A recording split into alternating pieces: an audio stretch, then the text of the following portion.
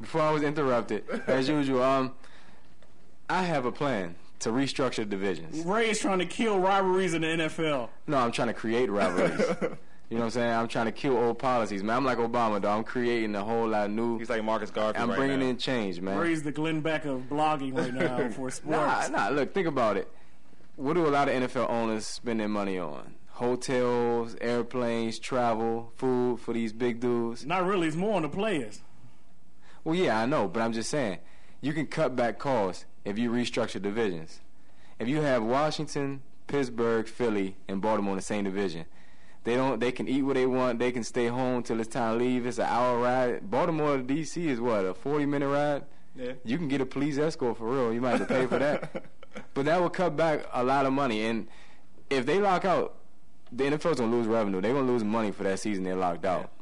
So every owners won't. Yeah. But every lockout has a negative effect though. Yeah. Now the owners are going to still eat because they have a $10 billion. They already cut their checks between cable companies and the players are the only ones that's going to really hurt. Here's the thing. Yeah, exactly. But I mean, and to me, it will free up money. It will make up for what you lost, and also you create new rivalries. You get people like the casual fans excited in cities such as here and New York. Philly, Pittsburgh would become a nice in-state rivalry. Cincinnati, Cleveland. Shall I go on? Not really. Why would Cincinnati, Cleveland already play each other? Every now and then, not every season. And not twice a year. Cincinnati, Cleveland? Yeah. They are in the same division. Oh, all right, I messed up on that. Good point. St. Louis and Kansas City, that's a Missouri battle. Yeah, say something about that. They play every preseason. Who gives a damn about preseason? I don't even cuss. Why are you trying to go on my blog right now? Ray, I have nothing against your blog, but the thing about it is, yes, you do. It's an excellent read. I mean, you have a great idea, but the only thing is that the lockout is not really about the travel costs. The biggest concern about the lockout is pretty much guaranteed contracts and benefits for like retired and former players. I mean, I like your idea of the new divisions. The only thing about the new divisions is you're creating new divisions and a lot of NFL is rich in tradition. So trying to create new rivalries and stuff is really going to be hard, especially with certain cities. I mean, everybody wants to try to create this rivalry between DC and Baltimore, but there's no rivalry. I mean, it's never been a rivalry in football. And the same thing with Philly and Pittsburgh. Even though they're in the same state, it's never been a rivalry. There's an E word. It's called evolution. And things change. Things evolve. Houston Texans, they get hyped to play Dallas. They do. Dallas don't get hyped to play them yet because they still play all the NFC East foes.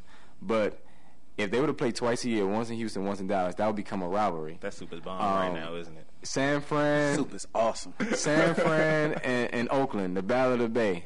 They get hyped for that. We don't know about it here, but they get hyped for that. I mean, like I said, your blog makes sense. Obviously, that when you're in the same area, obviously, you know, you're gonna have one side or the other side and hate each other. Both sides mutually hate each other, whatnot. In terms of me, I leave my Redskin Cowboys rivalry. It's big to me.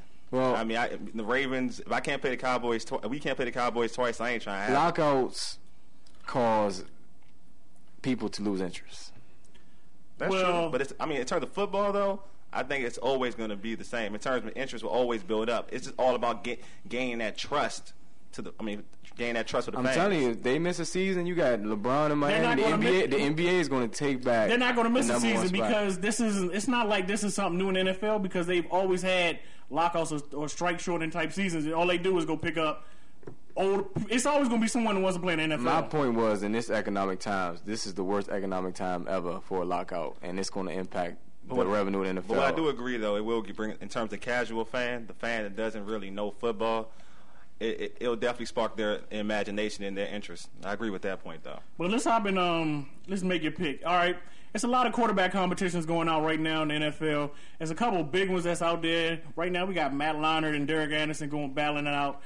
There's a lot of back and forth. Who you guys got in that pick out as far as who you think is going to be the starting corner on that team? Well, Derek Anderson is going to be the starter. It's not a matter of who we think. It's a matter of who. All right, let me reword that. Who you think is going to be able to finish the season as a starter, and who's going to be able to do the most? We all Matt know Leinart. Oh, go ahead, my bad. You got it. No, you finished. Go ahead. No, I didn't finish my suit. Come on, Sue boy.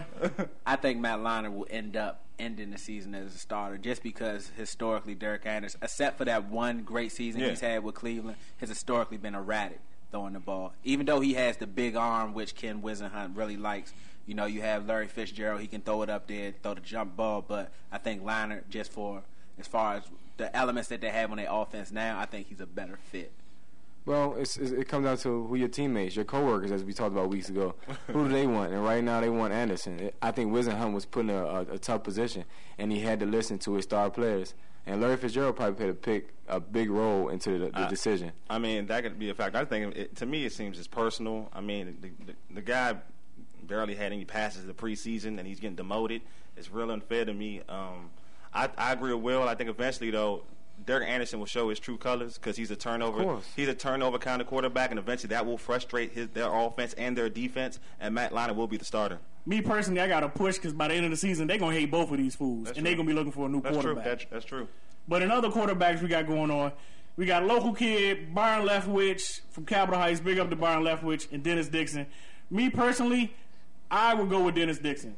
I would rather see Dennis Dixon play than Leftwich because Leftwich behind that offensive line is not going to do anything for you. Will, you making faces from eating the soup, the miso soup? Go, I know you want to say something. No, I would go with Leftwich. I think just because Ben Roethlisberger is going to be back in maybe 4 or 6 games.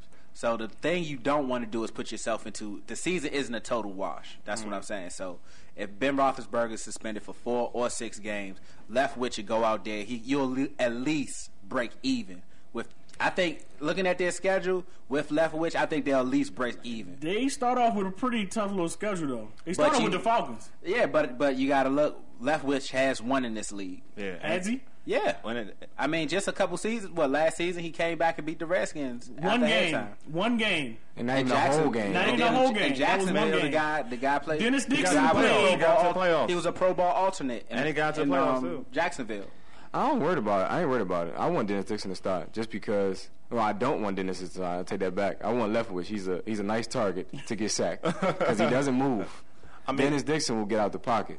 Yeah, he'll get out of the pocket and he'll do what he did last week against Denver. Preseason doesn't matter. Why doesn't it matter? With a player this young who hasn't taken as many reps as he's taken, preseason does matter. At the same time, it's not like Leftwich is even making it easy for to pick him. I mean, it's not like he's really getting out. When it comes to your man Kolb, you was preaching that preseason didn't matter. Now it matters when it comes to Dennis Dixon. Hypocrite. Move on, Wally. Go ahead. You can make your point, dog. Nah, I mean, I take Byron Leftwich because we've seen in terms of his resume. What brothers got to stick together? You know it, brother. Dennis Dixon's dog. In terms of his resume, in terms of playing with the Steelers and whatnot, when he did, when he did step in to take Ben Roethlisberger's spot via injury, he looked good. I mean, with the same terrible offensive line, he looked good. One game. I mean, I'm sorry, but he looked better. One game. Ben you know Roethlisberger. what? No one Leftwich's history. He probably get hurt in the opening game against the Falcons. That's definitely a possibility. I'm on a good team. Byron Leftwich is dangerous. I'm sorry. On a good team, he's dangerous. Wow. Hey, I'm about to take a hit with Wally smoking. We're going to get in that A.J. Feely, Sam Bradford battle right now. Me personally, just go with the rookie. You got a bad team, just go ahead and play him. Might as well get it out the way. It comes down to the offensive line. If you can't protect a young kid, don't play him, man. Get A.J. Feely hurt up. He has shoulder issues, please. But he's much better than A.J. Feely. He's proven it. He only had one half against the Patriots. Yeah, Everybody's excited. Exactly. Quick question. So I know you're on Sam Bradford's side, aren't you? Quick question. How much does Sam Bradford get paid? $50 million. How much does Peyton Manning get paid? How much does Peyton Manning get paid? Less than that. He should be starting. Thank you. He should be starting. I mean, it ain't like they gonna get any better. I mean, he might as well get his hits out the way now. I mean, the team is already bad. They don't have any wide receivers. AJ Feely ain't that Johnny much better. Avery's pretty it's much not like AJ season. Feely is he's gonna learn from AJ Feely. Really, just play. It's not about learning from A.J. Feely. Usually you learn from just watching football in general. But a lot of times these young quarterbacks, but usually you want learn some from type a of mentor type quarterback. And right now in his situation, he ain't got that, and he might as well just go out there and take his licks early. Well, everybody thought Kurt Warner was bad in New York, right? Well, yeah, he was. He had a terrible hand. Don't get me started on Kurt Warner. They said, and that what is A.J. Feely and Bradford have a terrible hand. Are we comparing No. To Kurt Warner in a way because, like I said, Kurt Warner, like Wally said a couple weeks ago, Kurt Warner showed his true colors in New York when he didn't have much talent. A good quarterback like Randall makes his team better, right? Kurt Warner didn't do that, but they had Eli behind him trying to teach him. By the 9th game, they yanked him out. Eli was ready, and Eli went on to win a Super Bowl. Why can't you do the same thing in St. Louis? Same defensive coordinator. Hey, similar situation. I have no respect for. Are Kurt you going to Warner, pick so I'm AJ not gonna Feely in fantasy football, do Ray? that. Absolutely not. Especially with Donnie Because I Avery want going Bradford down. to start, but I'm just letting you know that Bradford could be on the bench either way. I wouldn't be surprised either way. Put it that way. I mean, he has Steven Jackson, so hopefully he won't get that much So pressure. Steven on him. Jackson's going to pretty much get banged up. Probably so. No, they have no offensive line. He's a slave. Yeah. Well, we're going to hop into that good old Buffalo. Right now, it's like a... Good I old don't even know Buffalo. what to even talk about Buffalo Buffalo. Wild Wings or something? That's right, the best thing going on in Buffalo right now. We got C.J. Spiller, Marshawn Lynch, and Fred Jackson battling out who's going to be that number one running back.